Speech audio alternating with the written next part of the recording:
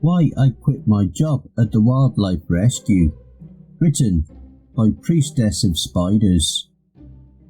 I've always been passionate about animals, even when I was a very young girl. I used to beg my parents repeatedly almost every week to take me to the zoo, and the family television was practically always tuned to Animal Planet, much to the chagrin of my video game obsessed older brother.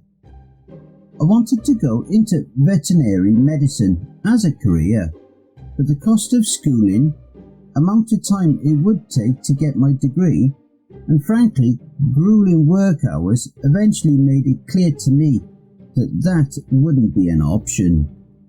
Still, I made the best of the hand I was dealt, choosing to work at various animal shelters, non-profits and other organisations associated with animals. I even had a short stint working as a janitor at the zoo I used to be so excited to visit as a child, though the commute was hell. I had to quit that last job because it turned out that behind the scenes the zoo administration was taking far worse care of their animals than I would have liked, and I didn't feel comfortable being complicit in their mistreatment.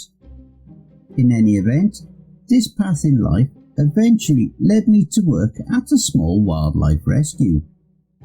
It wasn't an especially glamorous position, and I will freely admit the pay was abysmal, but I had a chance to make a genuine difference in the world, and that made me happy. For every sick deer or injured goose we nursed back to health, I felt like I had a real purpose. It wasn't always a particularly pleasant gig, if I'm being entirely honest. Even the most ardent nature lover will soon find that the task of saving wild animals begins to lose its lustre after week of squirrel bites and diseased bird shit. Nonetheless, I genuinely did enjoy my job, at least until that final night. The night that made me never want to work with animals ever again. See, while we didn't have the staff to do this every night, when we had a chance we would have a skeleton crew run the graveyard shift, since a lot of the time we'd come in the next morning to find a half dozen missed calls from people who wanted to help with some nocturnal critter or another. I was happy for the extra pay, and most of the time things were fairly quiet, so I had a chance to put up my feet and read a book or mess about on my phone, in between having frantic callers ask if they could bring in a bat that had flown into their home. That particular evening I was pacing between social media apps on my phone out of boredom when we got a call from what sounded like a very distressed middle-aged man. "This is the Wildlife Rescue. How can I help you?" "Hi, well, I don't know how to put this exactly. I know it sounds crazy, but there's a wolf in my front yard." He was right. It did sound crazy. From what I was aware, there were no wolves in this state outside of zoo animals, and I highly doubted one had managed to escape captivity at my former place of employment and find its way over to this relatively isolated area. The place I lived in was not a large town by any means, little more than a couple of streets full of shops surrounded by a vestigial suburb and some farmland. "Sir, are you absolutely sure it's a wolf? We don't really have those around here. It's significantly more likely it might just be a stray dog, maybe a coyote at worst." I don't know for sure, but it's big, real big. If it's a dog, it's certainly the biggest dog I've ever seen, and there's something wrong with how it moves, like it's got a limp or something, but I can't quite put my finger on it. I think it might only have 3 legs. I got the man's address and thanked him for his time before getting up to grab the other member of the skeleton crew. Let's call him Jake. Jake had been there a little bit longer than me, and we generally got along pretty well. He used to be studying to become a veterinary technician, but the stress got to him and he decided to take a job here instead. His experience with at least some veterinary medicine made him a great asset, although he did sometimes make some very stupid decisions. I once had to stop him trying to grab a rattlesnake with his bare hands, just because he was so excited for an opportunity to catch a snake. However, the main reason I wanted him to accompany me was that he was quite a large man, and there was something about the whole situation which from the get-go made me very nervous. I felt a lot more comfortable bringing along someone who looked like he could bench press 400 pounds if he had to. The farmhouse that the man had called from was only a quick drive away, maybe 15 minutes at most. At the time, I thought this was quite fortunate, while the full moon was shining bright enough for us to see the road fairly well.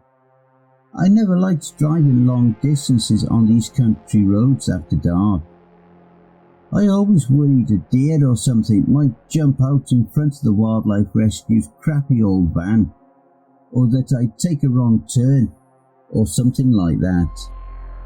Unfortunately for Jake and I, we arrived without any difficulties at the farmhouse, and the animal was still there. I can't quite bring myself to say it was a wolf, not after what I experienced. It certainly looked like one though, which was quite the shock. Both Jake and I let out a near simultaneous murmur of holy shit as we caught our first glimpse of the thing. Something people often forget is that wolves are big, up to 180 pounds at the largest. For comparison, huskies only get up to about 60 pounds at the most. This thing was enormous. That has to be a wolf. No way in hell is this thing just a stray dog, mused Jake. It might be a wolf dog, I suggested. It doesn't quite look like a wolf, does it? There's something off about the proportions. Something about the thing's physiology bothered me, but I couldn't put my finger on why. It just wasn't moving the way it should have. I was reminded of a video I'd seen a couple months ago of an extremely realistic animatronic. Something made for an amusement park, I think. It was quite well crafted, to be sure. It didn't even tick off the usual uncanny valley alarm bells when I looked at its face, but the movements weren't quite right. I felt the same way looking at that thing in front of the farmhouse. The animal was looking at us now, staring towards the van, its eyes glowing in the reflected beam from our headlights. It didn't run though, it just continued to pace, looking at us. Jake and I were stepping out of the van at this point, not sure what our next course of action would be, but determined to do our best regardless. I found myself fiddling with my necklace as we approached, a gift from my grandfather. It's a makeshift medallion fashioned out of an old silver dollar and suspended on a leather cord. He'd had a little hobby of making jewellery from old knickknacks, and at home I had a small collection of earrings, necklaces, bracelets, brooches and the like, all made from various random objects. He'd unfortunately passed away a few years back, and I tried to wear at least something he'd made every day as a way to keep his memory alive. As I recall him telling me after he gave me the medallion, "Now you'll be safe in a gunfight, so long as you wear this over your heart," with a grandfatherly wink, as if I was at any risk of being a victim of Old West banditry in the 21st century. I was snapped out of my idle remembering of the sound of Jake's voice, though I didn't quite catch what he said. I muttered, indicating that he should repeat himself. I said it's gotta be someone's pet. Some rich guy bought himself a 3-legged wolf dog and it got out of the house maybe, he said. Now that we were a little closer, it was clear that the animal was only walking on 3 legs, though it moved about with quite a degree of dexterity, as though it had long grown used to the condition. It kept pacing back and forth, just looking at us.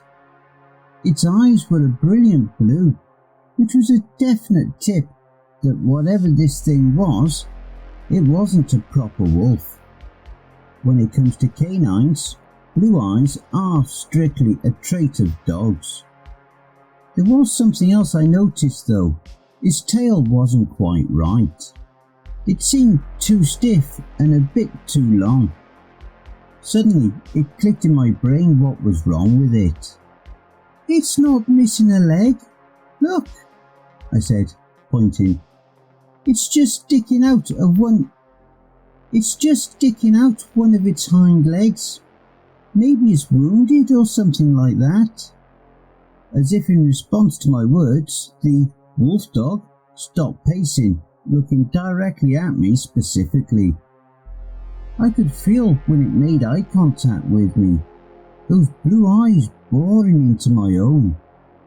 I could have sworn I saw its lips turn up slightly at the edges, forming a mischievous grin. It lowered its previous extended hind leg to the ground slowly, deliberately. It didn't have a tail at all. I doubt that it ever did. Then it began to limp towards us, whimpering softly. How to describe what it sounded like? It's a little difficult. I've heard an anecdote once from an online acquaintance who worked with birds regarding an old crow they were taking care of. Crows are excellent mimics of sounds and will often repeat noises that they frequently hear. Well, evidently, this particular crow had taken to mockingly cawing in a human voice. Someone must have been trying to talk to the bird by crudely imitating the crow's own cries, to which the wily corvid had mirrored back their own mimicry, like a language's native speaker mocking someone with a foreign accent by repeating a particularly egregious mispronunciation. The wolf dog sounded like something copying a human, copying a dog. Its whimpers were artificial, stilted, almost campy. It sent shivers up my spine immediately, but Jake didn't seem to notice. You're right. He's definitely hurt, and judging from how he's reacting to us, I'd certainly wager he's somebody's lost pet. I vote we take him back to the rescue and try to contact a domestic animal shelter in the morning. I'm sure we can find a cage that will fit him just for one night, said Jake, sounding almost enthusiastic. I noticed how quickly the animal had changed from an it to a he. Humans will start bonding with anything if it seems pitiful. Jake held out a hand for the thing to sniff. Jake, don't, I started to say, about to warn him that it was equally likely the thing was so seemingly friendly due to rabies, but before the words could leave my lips, the animal was already licking his hand meekly. Come on, boy, Jake said in a playful tone. Let's get you in the van, then we'll get you some treats when we get back to the rescue.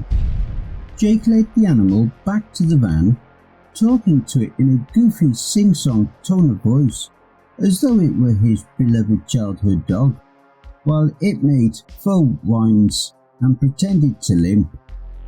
I couldn't understand why he couldn't tell that something was wrong with it. From behind I could see very clearly there was no sign of docking or anything else that would have resulted in the wolf dog's tail being removed. It was as though it was born without one. There was something else too, something I couldn't put my finger on, about its legs. It felt like I was missing something obvious, like when a word is at the tip of your tongue but you can't remember it. The whole thing was frankly making me sick to my stomach. The drive back to the rescue was uneventful, aside from Jake gushing about how adorable his newfound friend was.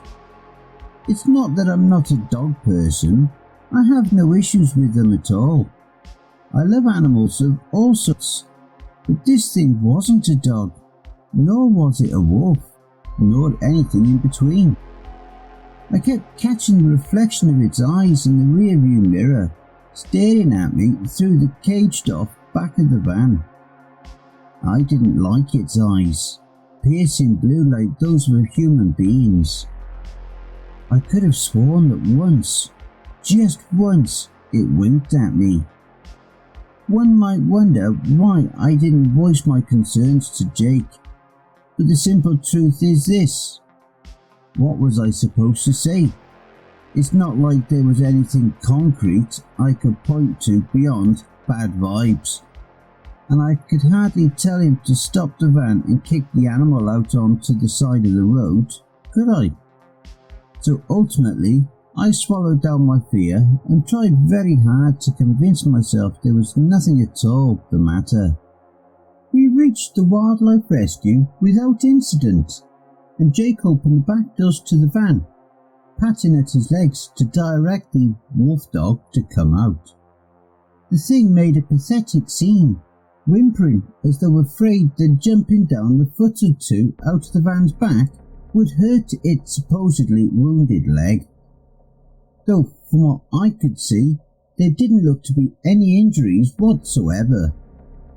Ultimately, Jake wound up assisting the thing out of the van, lifting it gently down while it whined and yelped in that terrible mocking voice. Jake begrudgingly put a collar and leash around the animal's neck, only at my insistence, complaining that it was obviously tame and that he was sure it would behave itself, but I wouldn't hear of it. If he wanted to adopt the damn thing, then that was his own business. He still needed to follow basic safety precautions. We guided the thing into the kennels, where we nudged it inside the largest one, a cage usually reserved for injured deer. It whined more at this perceived injustice, staring up in over-the-top performative sadness at Jake as he turned the key to lock it inside.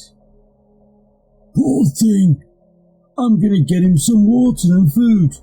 You wait here and keep an eye on him," Jake said, not giving me the time to respond before leaving the kennels to acquire the supplies for our guest.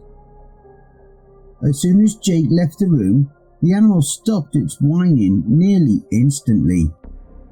I think it could tell I wasn't falling for its act. It just stared at me, and once again I could see that faint, terrible smile on its face. The wolf dog wasn't the only occupant of the kennels that evening. There was a raccoon, a bobcat, and a goose. All of them seemed terrified of the thing. The bobcat and goose were hissing, and the raccoon's tail was waving back and forth wildly. I'd always been told I had more empathy for animals than people, and as I stood there being stared at by this not-wolf, I wondered if maybe that was why I instinctively was repelled by it in the same way the other patients of the wildlife rescue were. It didn't feel like an animal. It felt like ages just standing there, looking at this smiling, mocking thing shaped in a parody of a canine.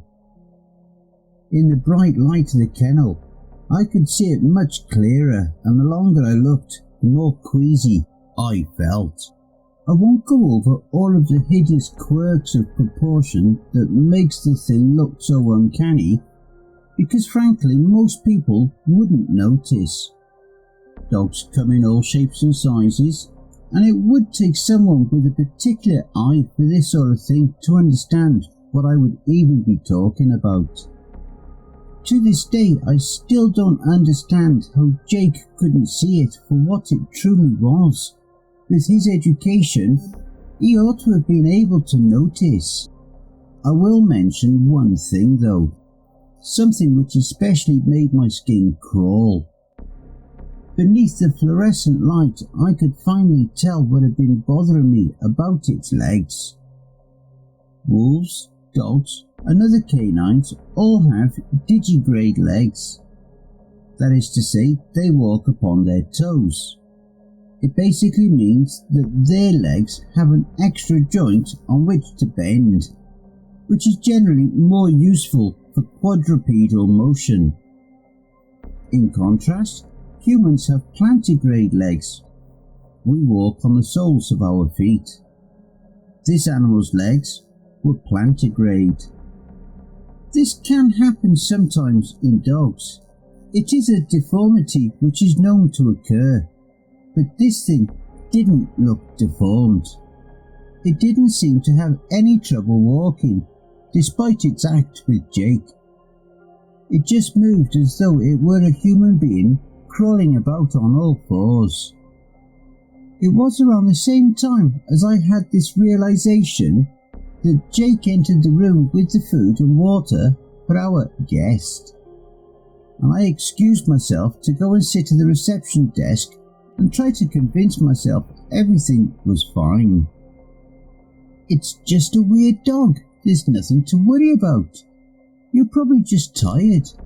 Your mind is playing tricks on you, I kept thinking to myself, with my internal monologue working overtime to wash away my discomfort while I fiddled with the medallion my grandfather made. The terrible thing is, it was so close to the end of our shift when it happened. The sun was due to start rising in half an hour, and we would have been replaced by the morning crew. We were almost done. We were almost safe. Jake and I had been finishing up our last remaining tasks before we had to head off for the morning, when we heard an awful racket coming from the kennels. It was a terrible feline yowling, mixed with the frantic honking of a goose, followed shortly afterwards by the smashing of glass. Jake immediately began sprinting towards the sound, while I called out for him to wait. I grabbed some bite-proof gloves and a heavy apron, swearing all the while about having to deal with the stupid bobcat right before the end of my shift. While I was putting them on, I heard an awful strangled scream. I recognised its owner at once. Something had happened to Jake. My first instinct was to sigh in annoyance. Obviously, the idiot had gotten himself bitten, I thought to myself, as I stumped my way to the kennels, grumbling all the while. "I told you to wait, you moron," I started to say as I opened the door. It was dark in the kennels. The only illumination came from the window, the pale moonlight glinting against the shattered glass of the fluorescent bulb strewn across the blood-soaked floor. Silhouetted against the window was a tall figure, facing away from me. It was holding something. I could hear the terrified chatter of a raccoon. "Jake?" I asked timidly as I walked into the room. My foot collided with something lying on the floor. I looked down to see a human body, face down upon the ground, blood dripping from his torn out throat. laying next to Jake's corpse were the similarly mangled bodies of a bobcat and a goose. There was a pained screeching followed by a snap of bones and then a moment of utter stillness. I stared in petrified horror at the thing standing upright in the moonlight, its dog-like head turning to look at me with an awful smile etched unnaturally across its inhuman face. The silence was interrupted with the wet thump of the raccoon's body joining the other corpses on the gore-smeared linoleum. I don't want to think about its voice, its real voice, not the wretched, terrible mockery of a wolf dog that it made to gain Jake's trust. Its laughter was vicious, mocking, evil.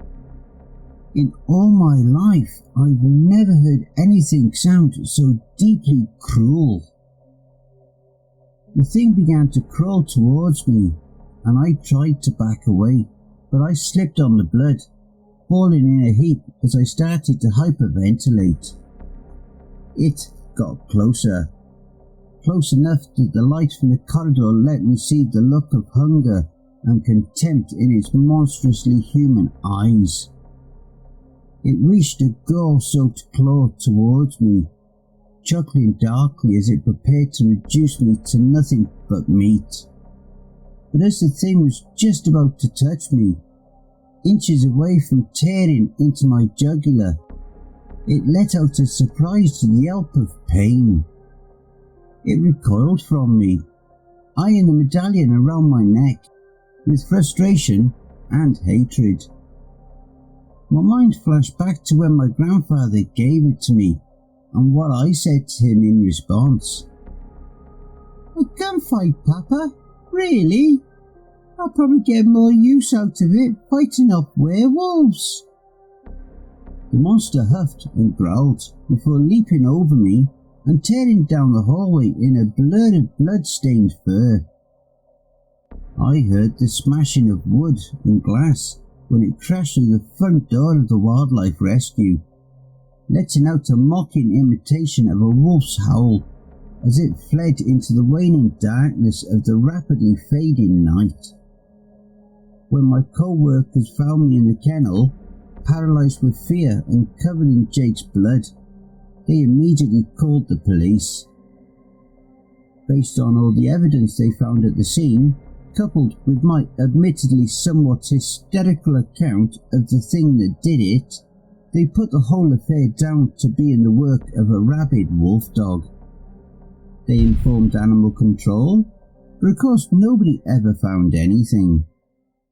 I never bothered going up to work at the wildlife rescue again after that, and I've been working a shitty retail job ever since. The pay is awful, the hours are lousy, and the work is demeaning. But that doesn't matter. All that's important is that the schedule is flexible enough that I never have to keep working after sunset whenever there is a full moon. I spend those nights at home with the door locked and bolted, clutching my grandfather's silver dollar medallion and praying I don't hear that mocking voice pretending to whimper outside the door to my apartment.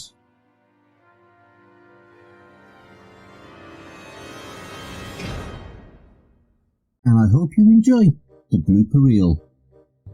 I wanted to go into veterinary. Even the most ardent, when we had a chance to, we would have a skeleton. When we had a chance to, we would have a skeleton. He used to be studying to become a veterinary. The animal was looking at us now, staring towards the van, its eyes glowing like in the reflect.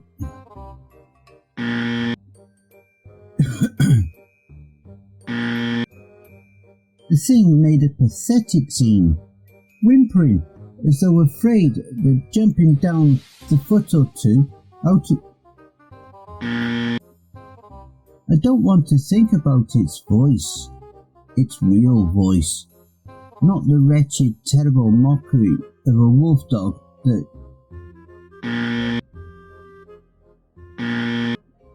Hey family, a very big thank you to Priestess of Spiders for allowing me to narrate such an awesome story. Be sure to check out their Reddit profile for more of their awesome works. She also now has her own YouTube channel where she narrates her own stories, so be sure to check her out.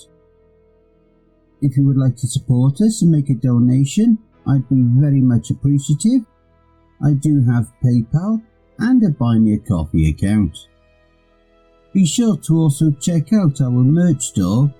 There are plenty of items and designs to choose from.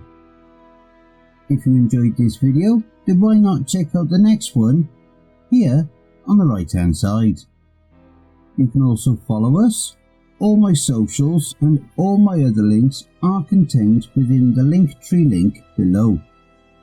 Take care everyone, and I hope you all have a wonderful and peaceful night.